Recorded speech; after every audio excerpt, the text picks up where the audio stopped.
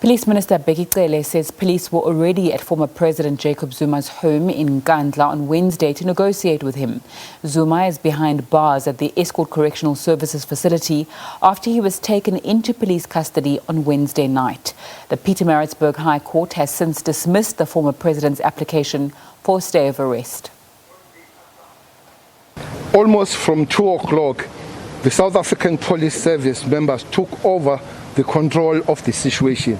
Major General Zulu was inside the homestead, where he was doing all what was supposed, including negotiating with the family, with the president, the former president himself. So to make sure that it doesn't reach the point where enforcement will be the only thing, because enforcement has to be weighed, as the Constitution said, together with the safety of the inhabitants of the land. We had to balance those two. Thanks that those diplomats, that kind of approach, it worked, as we were expecting that the police together will agree with the former president to leave the house at about 5, 6, 7, 8, 9. All that time the report was that it's happening, and fortunately around about 20 past, 40 minutes towards time, which we were ready, by the way. The world must understand. We were ready to implement. As I've said, we were not going to defy the Constitutional Court decision.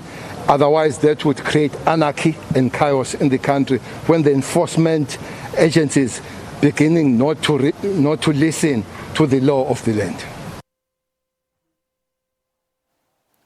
Ace Magashule's suspension as the Secretary General of the African National Congress stands. Earlier, the High Court in Johannesburg dismissed his case with costs. Last month, Magashule approached the High Court in a bid to lift his suspension for failing to vacate his position following a directive under the ANC's step-aside resolution. Now, according to the resolution, criminally charged party members should step aside from their positions until their cases are concluded. Magashule is facing fraud and corruption charges in the High Court in Bloemfontein relating to the 250 million rand asbestos project while he was Premier of the Free State. In all the circumstances, we would make the following order.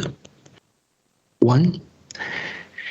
The application to strike out is dismissed with costs, including cost of 3 counsel, which costs are to exclude the cost of the duplicated documents as set out more fully in Annexures A and B to the notice in terms of Rule 6, brackets 15.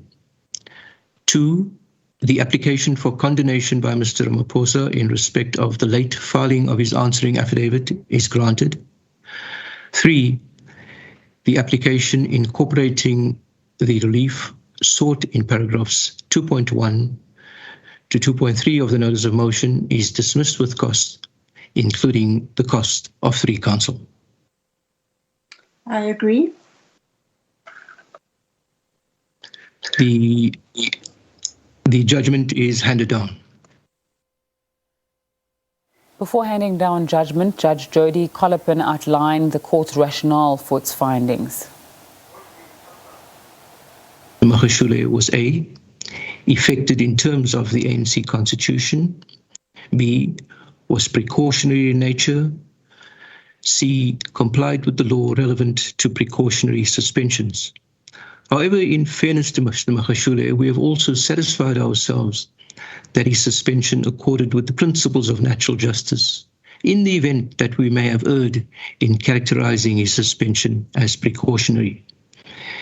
In finding that there was no basis to confirm the purported suspension of Mr. Ramaphosa, we pointed out that the mandatory requirements to effect such a suspension in terms of Rule 25.70, amongst them that he be indicted, were absent, and that there could therefore be no basis to activate Rule 25.70, as Mr. Magashule purported to do in support of his decision to suspend Mr. Ramaphosa.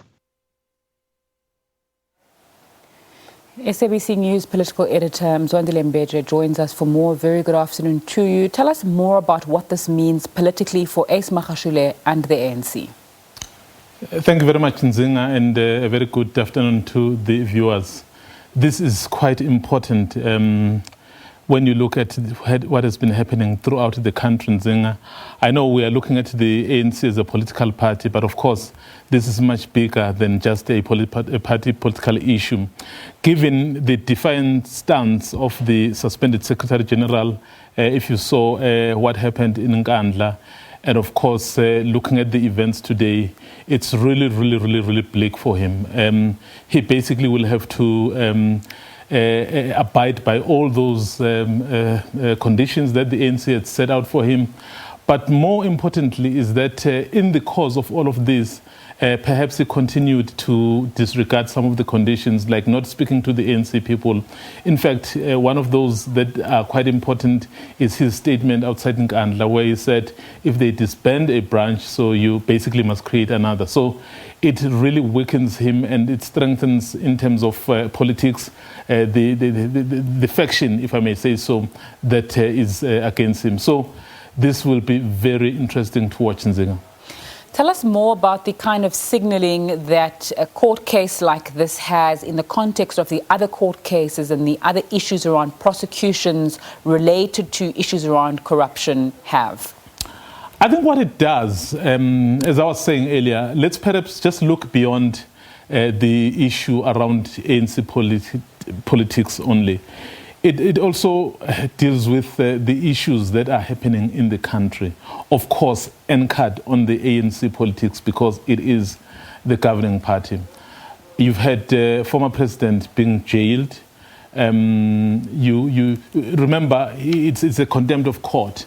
But why that contempt of court?